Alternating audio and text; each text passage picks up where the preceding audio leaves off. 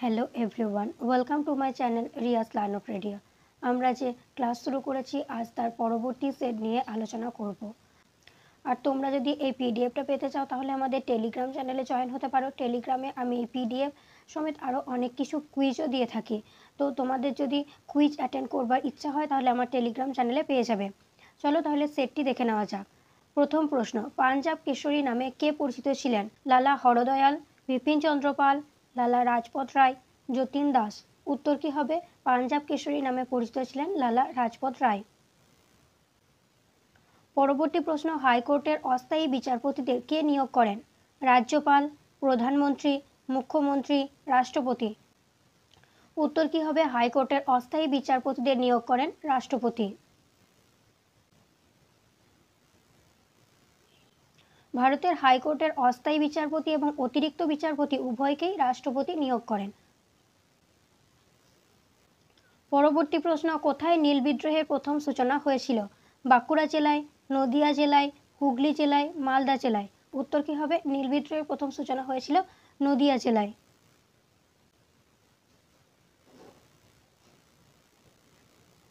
নীল বিদ্রোহের প্রথম সূচনা হয়েছিল নদিয়া জেলার কৃষ্ণনগর মহকুমার চৌগাছা গ্রামে। এই বিদ্রোহের নেতৃত্ব কে দিয়েছিলেন? দিগম্বর বিশ্বাস এবং বিষ্ণুচরণ বিশ্বাস। কারণ কি ছিল?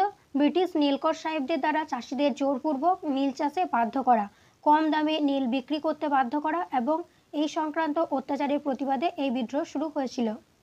দীনবন্ধু মিত্রের বিখ্যাত নাটক নীল দর্পণ এই বিদ্রোহের প্রেক্ষাপটেই রচিত হয়েছিল। তাহলে নীল দর্পণ নাটক রচনা করেন দীনবন্ধু মিত্র। এটি নীল বিদ্রোহের প্রেক্ষাপটে রচিত হয়েছিল। এই বিদ্রোহের প্রধান নেতা কে ছিলেন? দিগম্বর বিশ্বাস এবং বিষ্ণুচরণ বিশ্বাস। আর এটি কোথায় হয়েছিল? না নদিয়া জেলার কৃষ্ণনগরের চৌগাছা গ্রামে।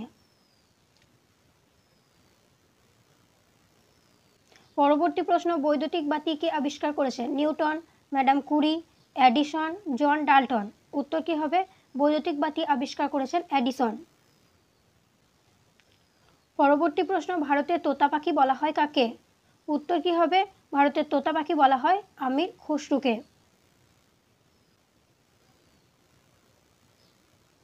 পরবর্তী প্রশ্ন, কলকাতা বিশ্ববিদ্যালয় প্রতিষ্ঠিত হয় কত সালে? উত্তর কি হবে? কলকাতা বিশ্ববিদ্যালয় প্রতিষ্ঠিত হয় 1857 সালে। 7 নম্বর প্রশ্ন, কোষের শক্তিঘর বলা হয় কাকে? উত্তর কি হবে? কোষের শক্তিঘর বলা হয় মাইটোকন্ড্রিয়াকে।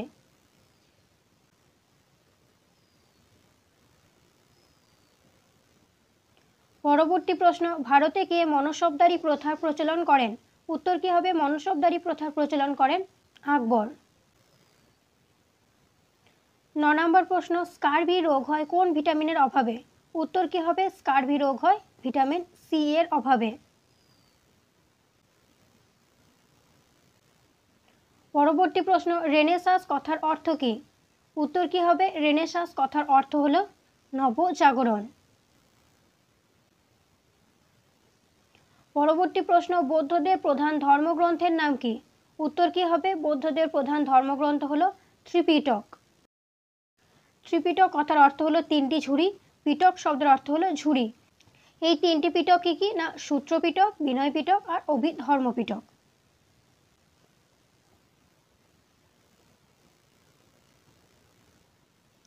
পরবর্তী প্রশ্ন, বৃহৎ সংহিতা গ্রন্থটির রচয়িতা কে বা কে রচনা করেছিলেন? উত্তর কি হবে? বৃহৎ সংহিতা গ্রন্থটি রচনা করেছিলেন বরাহমিহির।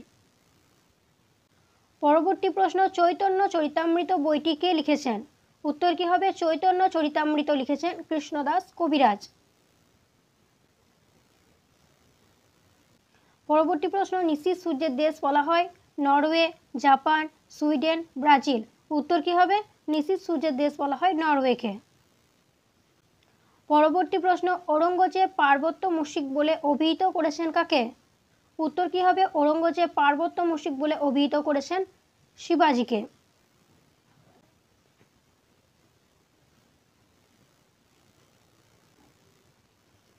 পরবর্তী প্রশ্ন, ভারতের প্রথম ব্রিটিশ ভাইসরয় কে ছিলেন? উত্তর কি হবে? ভারতের প্রথম ব্রিটিশ ভাইসরয় ছিলেন লর্ড ক্যানিং। পরবর্তী প্রশ্ন, এশিয়াটিক সোসাইটি প্রতিষ্ঠা করেছেন কে? উত্তর কি হবে? এশিয়াটিক সোসাইটি প্রতিষ্ঠা করেছেন উইলিয়াম জোন্স 1784 সালে। কোথায়? না কলকাতায়। কলকাতায় উইলিয়াম জোন্স 1784 সালে এশিয়াটিক সোসাইটি প্রতিষ্ঠা করেন।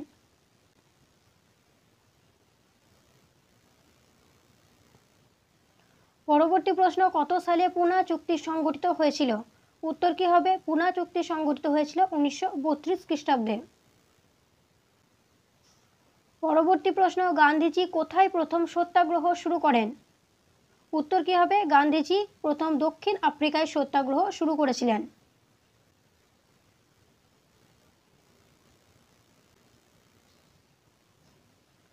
পরবর্তী প্রশ্ন, চিরস্থায়ী বন্দোবস্ত কে চালু করেন? উত্তর কি হবে? চিরস্থায়ী বন্দোবস্ত চালু করেন লর্ড কর্নওয়ালিস। পরবর্তী প্রশ্ন, কোন ভারতীয় বিজ্ঞানীকে মিসাইল ম্যান অফ ইন্ডিয়া বলা হয়? উত্তর কি হবে? মিসাইল ম্যান অফ ইন্ডিয়া বলা হয় ডক্টর এপিজে আব্দুল কালামকে।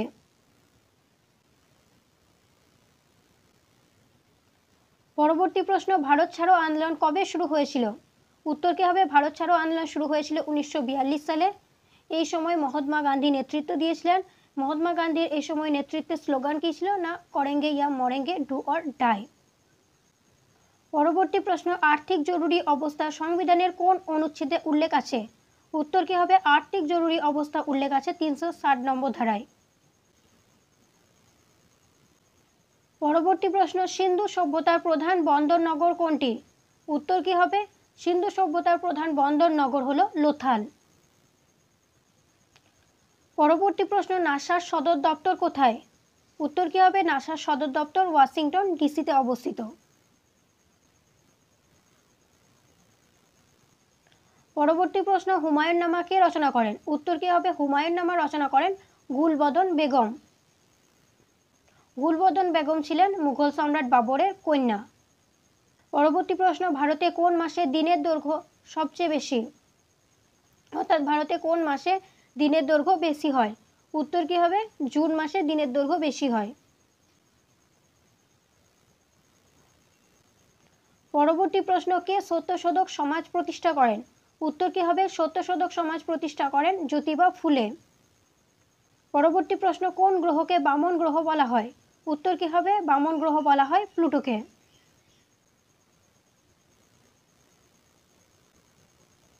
পরবর্তী প্রশ্ন, ফিউজ তার কোন দুটি ধাতু দিয়ে তৈরি হয়? উত্তর কি হবে? ফিউজ তার তৈরি হয় টিন এবং সীসা দিয়ে। টিনের পরিমাণ থাকে 63% আর সীসার পরিমাণ থাকে 37%। আজকে সেটের শেষ প্রশ্ন, হোমওয়ার্ক। অনিলা দেবী ছদ্মনামে পরিচিত কে? নারায়ণ গঙ্গোপাধ্যায়, বিমল মিত্র, রবীন্দ্রনাথ ঠাকুর, শরৎচন্দ্র চট্টোপাধ্যায়। এই উত্তরটি তোমরা কমেন্টে জানিও। আর যদি তোমরা 30টি কোশ্চেন মিলিয়ে থাকো তাহলে সেটাও তোমরা জানাতে পারো। ভিডিওটি ভালো লাগলে লাইক করো, শেয়ার করো, সাবস্ক্রাইব করো। চলো দেখা হচ্ছে নেক্সট ভিডিওয়।